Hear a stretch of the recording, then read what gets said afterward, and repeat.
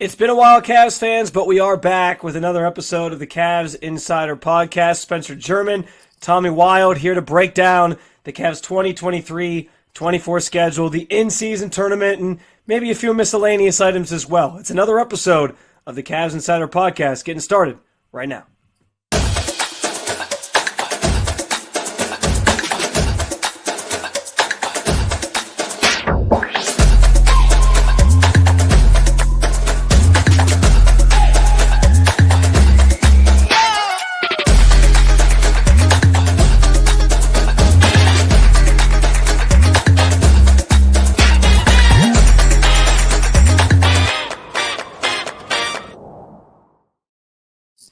Well, we're happy to be back with a fresh episode of the Cavs Insider Podcast. I know it's been a while. Summer months kind of call for that.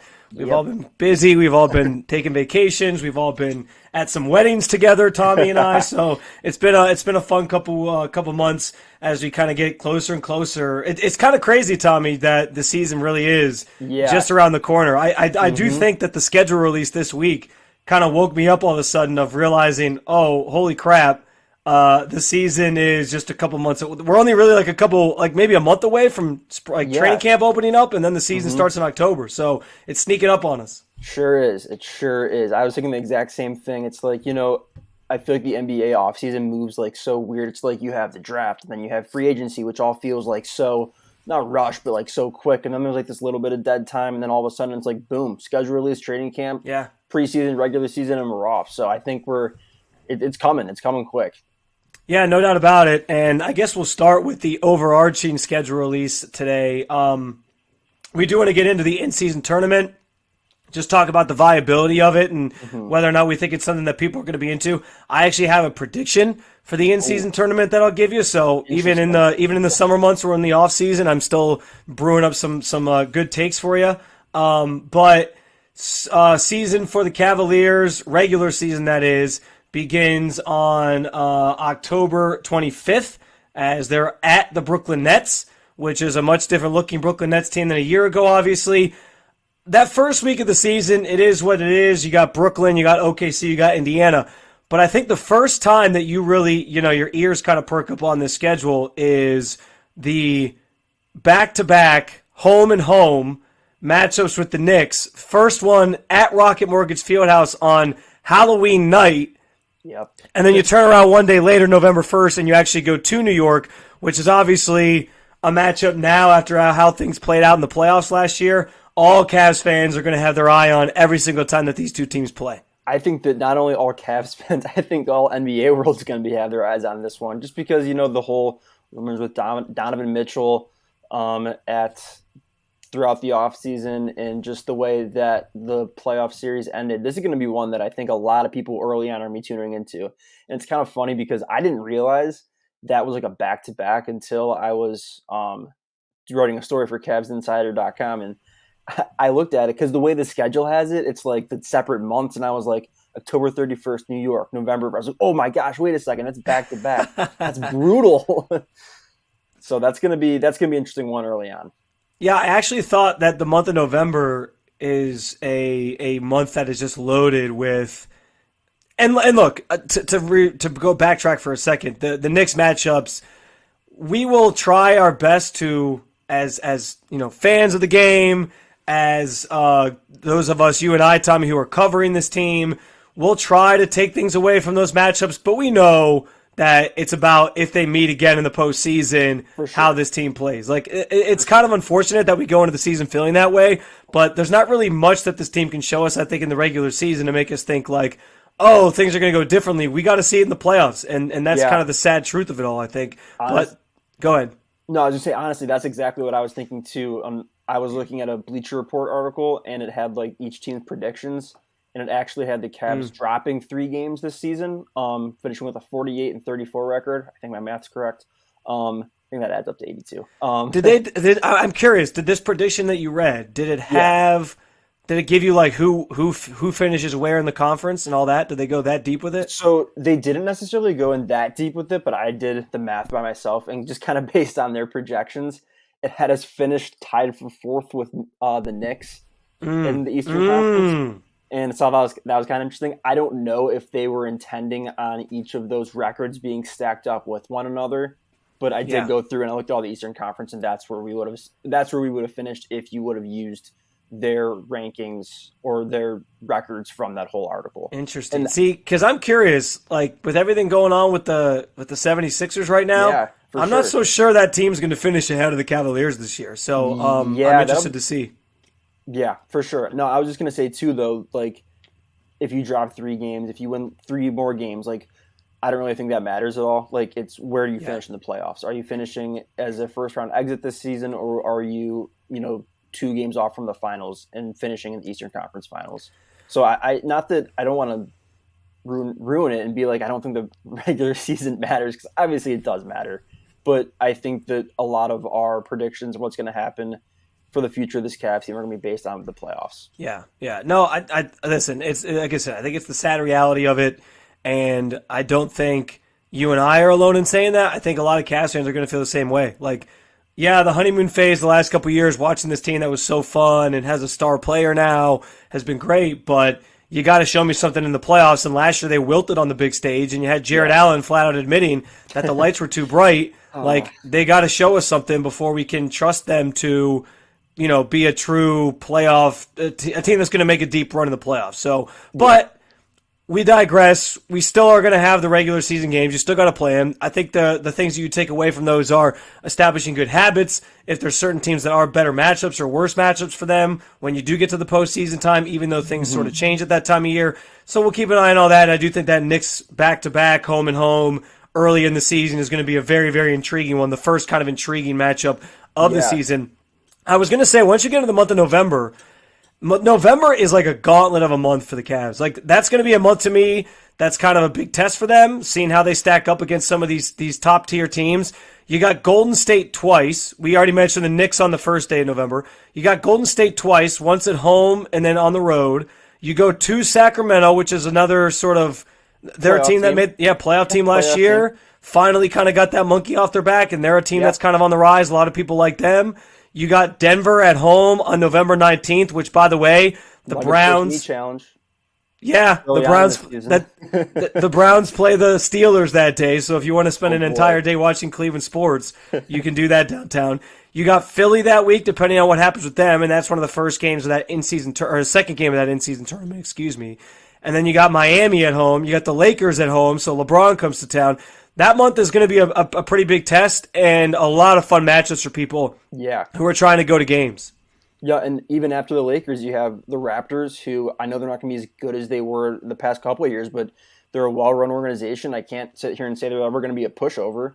And then you have Atlanta, who is also, they're also a playoff team. So, I mean, that month of November is tough, man. Yeah. December we'll come back to, because that's when the in-season tournament, the bulk of it kind of goes on there if you advance out of your group. But you do have Boston in the month of December. Those are always big matchups, and we know early in the season last year, Cavs fared very well against Boston, and we kind of use that as an early season barometer. Mm-hmm. January feels like a month that it's weird. It's a weird month, but it's a month that it feels like the Cavs should have some success, because there is not a lot of tough teams on this schedule in that month. San Antonio, actually, that's maybe the big game I think people will circle, is San Antonio coming to town. The Cleveland first look at Victor Wembanyama. So we'll get that in January. But the toughest team on the schedule, I think, in January, I guess the two toughest teams are Milwaukee twice, 3 times actually, and the Clippers. But other than that, the rest of the games around there, not too tough. February, as you get into the dog date. Can we go back to January really quick? Sure. So that's Sorry, the I'm month like also breezing through it. That the Cavs are meeting Paris for that's right, with the Nets for the Brooklyn game. I don't know if the NBA did this on purpose, but I would be shocked if they didn't. We play the Spurs on January 7th, so you're playing Victor Wembanyama, who's from France, and then you immediately go to France for your next game. So I don't know if they did that on purpose, but it wouldn't be surprising. Kind of like a teaser to French fans, hey, they played that. your countrymen, and now they're coming here, so you know who they are. I wonder if that Cavs-Spurs matchup we broadcast in France somehow, and then all of a sudden the Cavs are in France the next game. So I don't know if that was on purpose. But silly me blowing past that. Can I ask, as from like a fan perspective, if you put your fan hat on here, Yeah. Would you ever like would a Cavs game in a foreign country be something that would like entice you to go to that country for a trip? Like if I'm going to France, I don't really care to see a Cavs game. Like I'm going to France to explore France. You know what I'm saying? Right. Yeah, no, I'm kind of there too. It's like, would it be cool? Absolutely. If it worked out, if it was like I had a vacation in France and all of a sudden, oh, the Cavs are going to be in town. Well, that'd be cool to see. But I don't think I'd plan it around that. Yeah. And even so, like now going back to it's at 2:00 our time. The game is, so it's going to be a tough one for fans here to watch. But I don't think I'd ever plan a vacation around a Cavs game in Paris. But if it worked out, that'd be sweet to go to. Some diehards out there, though, I'm sure will. So, yeah, I'm hey, sure. if that's you, more power to you. No judgment. I just don't think I would do it. So January, maybe I might be reconsidering here that January is a tougher month than maybe I thought. Because with the trip to France, different times, the time zone changes and all that. You come back, that could disrupt some things. You got Milwaukee 3 times starting that following week. So, yeah, there's some tougher matchups in there, but it's an interesting month where you should be able to rack up some wins, you would think.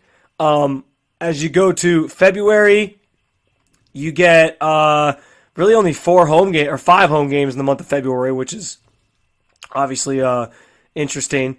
But yeah, you got kind of a Western Conference trip. You got Memphis and then the Spurs on the road.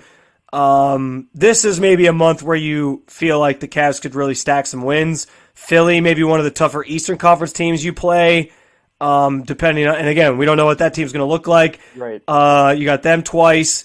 I do think Orlando is a team that can't be slept on. That team could be actually pretty good this year, so we'll see.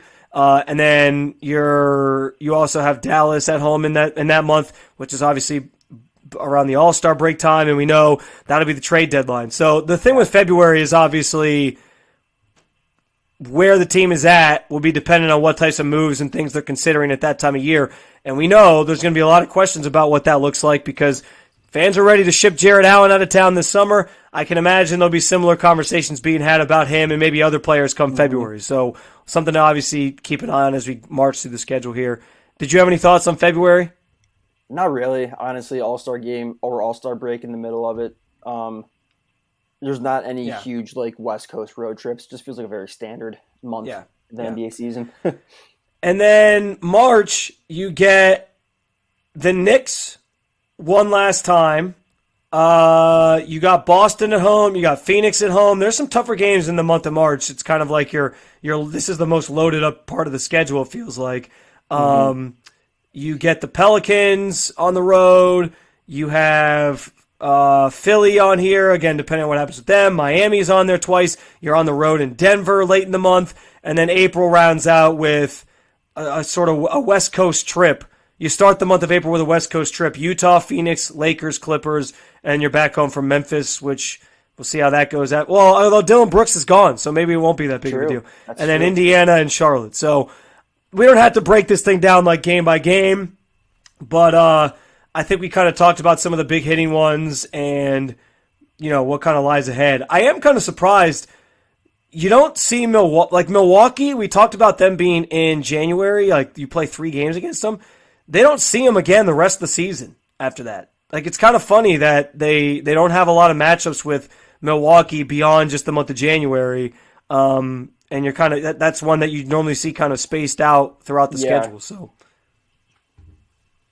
we see him in December, last day in December 29th. Oh yeah, that's right. So December and then into January you see him, but you see him pretty close to. It's all pretty close together. Like December and January is like the only time you really see the Milwaukee Bucks. Let's talk about the in-season tournament because there's I think a lot of different opinions on it. Right. Whether or not it's going to actually delve into being a thing that people care about or not. What I'll say is this, Tommy. I don't blame the NBA for trying this. I know it works in European soccer and people love it. I know they have similar in-season tournaments for. I mean, heck, it's all the talk right now on ESPN is the in-season tournament that Inter Miami's playing in, and Messi's obviously lighting it up. And so, yeah, like I know this is a thing in other sports, most notably soccer. I know fans seem to like it, but from the outside looking in, when this isn't a part of your sport, I also understand where fans are kind of confused by it, and they're like, what's the point? Yeah. So I do wonder about them trying to make it a thing and if it'll stick. But I can't blame the NBA for trying something fun here. I think it's kind of cool. Yeah. Here's my take on it. So We're going to disagree. I can already tell. I think we are. um, so when 2020 and everything, I got hooked on this show on Netflix about Formula One racing, and I've been sucked in ever since. And they're trying something new this year, and they're called sprint races. And the whole weekend structure is completely different, and the motive is to have more casual fans pop in because there's more time on track with the cars that are actually racing.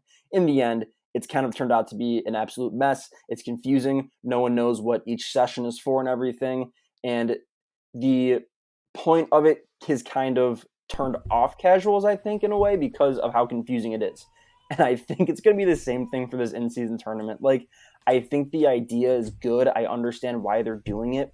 But I don't know. I think that if your goal is to maybe bring in some more fans and everything, I think it's just a little too confusing to follow, having it be in season. I think it's a good idea, but we'll just have to see how it plays out.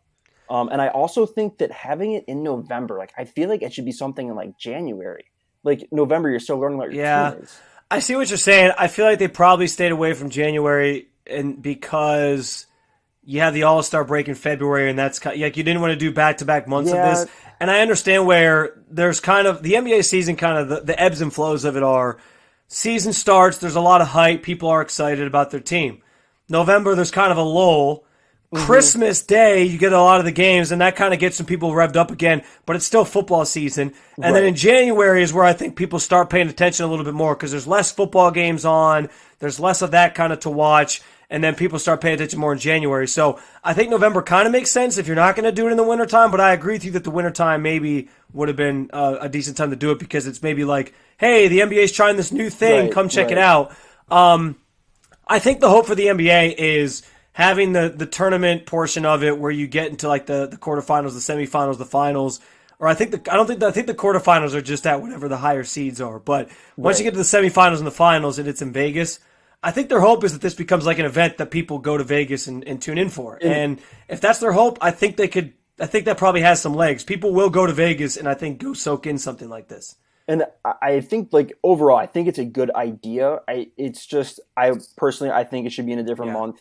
And I think that kind of like the Cavs free agency, I need to see it in action first before I am curious. Bad thing. I am curious to see, because you mentioned it being in November, if it does get drowned out just by football and people just don't. Yeah, that's what I mean.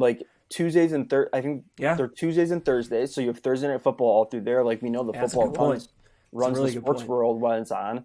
And then the first week of December, when's the NFL trade deadline? I don't even know, to be honest with you. It's usually early. It's in November. It's early November.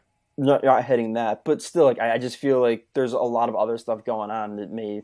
Yeah. People just say, "Oh, another NBA game." That's a fair point, and maybe they realize that November's not the best time, and they move it at some point. Right. My biggest thing is I'm okay with them trying something new because absolutely, I think we've seen these sports have. We know the story of how these sports and how these leagues go.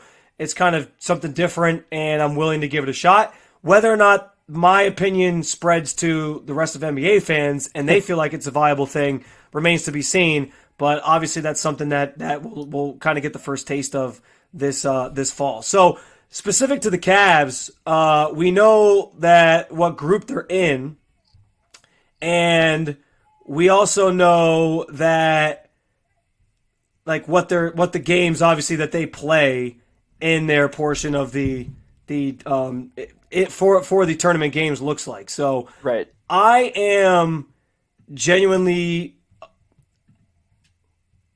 I'm going to give you my take here, which is that I think the Cavs can win this. I was thinking the same thing. That's something we agree on. Yeah, because like we said, we don't know what the future holds for the 76ers. Sounds like there's some tension there with James Harden. But I'm looking in this group, and that's the toughest team that you sit here today and think of. Atlanta, they've kind of had the Cavs number at times, so maybe they're a little bit of a challenge. But I'm not that worried about the Pacers. I'm not that worried about the Pistons. I think Cleveland really could win this group and end up in the quarterfinal part of it and see where they kind of go from there. But yeah, I truly think that they have a chance to win it. That's kind of my bold prediction for the first iteration of this in-season tournament. No, I completely agree. Like, if you just look at the teams like in our bracket or division or whatever it's called, our grouping, Yeah. completely agree. Pacers, they're a beatable team. Pistons, they're a beatable team. 76ers, who knows what's going on there? And then the Hawks. So yeah, I think the Cavs could do great in our group, and then send it to Vegas and see how you do. And I could also see the team taking the mentality of like, look, like we know we didn't perform well in the playoffs last year. Like, let's use these games, even if it is early on in the season, to try to get some of this like experience of playing in these high tension games and everything. So I think that the Cavs may be taking it, I don't want to say more serious than other teams, but I do think they could have like a high mentality of like, let's go out and actually win this thing to help us later on in the playoffs. Oh, Spence, I think you're muted. Yeah, there. I got it. I got it. I also think another interesting thing is going to be, we know NBA teams kind of like to, they feel it out early in the season, and then they want to be peaking late in the year. And the Cavs kind of did the opposite last year. They got off to like a really hot start. Right. And I think this in-season tournament is going to be a lot about what teams get off to a hot start at the beginning of the year. The Cavs did that last year. I could see them maybe doing it again. And yeah, like I said, depending on what happens with Philly, I think they have a really good shot at winning this group. So we'll see. But that's kind of my bold take as I look at what lies ahead for this team and what lies ahead specific to that in-season tournament. Let's get out of here. And did you have anything else on it or no? No, that's really all I had on it. Okay. Let's get out of here talking quickly about Ricky Rubio. Earlier in the month, we got the news that he was leaving the team for just personal reasons, kind of a mental health break. Not break, but a mental health. I meant like he's taking a break to sort of just focus on his mental health, not that he had a mental health break. We don't have a lot of details on what all that means or for his future and whether or not he'll be back in time for the season. But for a guy who you were hoping year two or an extra year removed from the knee injury that he had was going to kind of get back into form and be an important contributor for this team, I think there certainly is some concern and now kind of losing the guy that's supposed to be your backup point guard on this team. Yeah, I mean, first off, hope Ricky's okay. Take all the time you need. Like, that's serious stuff. Yeah, I should have led with that. Sorry. Yeah, no, you're good. No, good. I just wanted to, hope he's okay. And like I said, he needs to take all the time he can to get back to being who he is, not only on the court, but also off the court as well, which is more important than being on the court. But in terms of roster standpoint, I mean, you're going to need another point guard. Garland can't do everything. And I think that this really does open up the way for Craig Porter Jr. to get a lot more minutes, especially preseason. I mean, I was thinking the same thing. Yeah, he looked great in the summer league. Like, he was one of my favorite players. I know Emoni Bates played fantastic. Sam Morril played great too, but Craig Porter Jr. is one of my favorite players to watch in the summer league. So, he looked experienced. He looked like an experienced NBA point guard in that. So I think that maybe that's where you start the season. And then if you need to bring in another veteran, you see. But I don't know. I think Craig Porter Jr. has an opportunity to really make an impact early on. Yeah. No, I mean, he's gonna kind of have to rise to the occasion there, I think. And they're gonna give him a heavy workload, and we're gonna have to see assuming that Ricky Rubio is not back by the time training camp opens up. Maybe he will return at some point this season, but as of now, I think that role does fall to Craig Porter Jr. So we'll see if he can replicate what he did in the summer league. I agree with you; he looked pretty good in the games that I was able to kind of catch bits and pieces of. But I completely forgot about Ty Jerome. I'm going to be honest. Wait, what'd you say? Completely forgot about Ty Jerome. He's going to be big too. That's right. That's right. That's a good point. Between those two will happen. Because they added Ty Jerome this offseason. Just as a kind of a depth piece for them. Yeah. But yeah, between those two, it's going to be about figuring out who's going to sort of handle that backup point guard role. And Jerome can kind of be a flex guy too. Like, he can play different positions because he can be a forward, he can be a guard. But between those two, it'll be interesting to see how they kind of figure that position out specifically during the preseason. All right. Yeah. Let's leave you with a question. Maybe we'll put it as a poll on the Twitter handle there. Which is, of course, at Cavs Insider FM. Are you somebody who is going to buy into the in-season tournament? We'll ask you something along those lines. But what are your thoughts on it as we get ready for the first iteration of this? We'll put that out there on Twitter for you. But another episode of the Cavs Insider Podcast in the books. We look forward to bringing this back on a more consistent basis here in the weeks and months ahead with the season fast approaching. Can't believe how quick it's going to be here. But for Tommy Wild and myself, have a great weekend. We'll talk to you guys soon.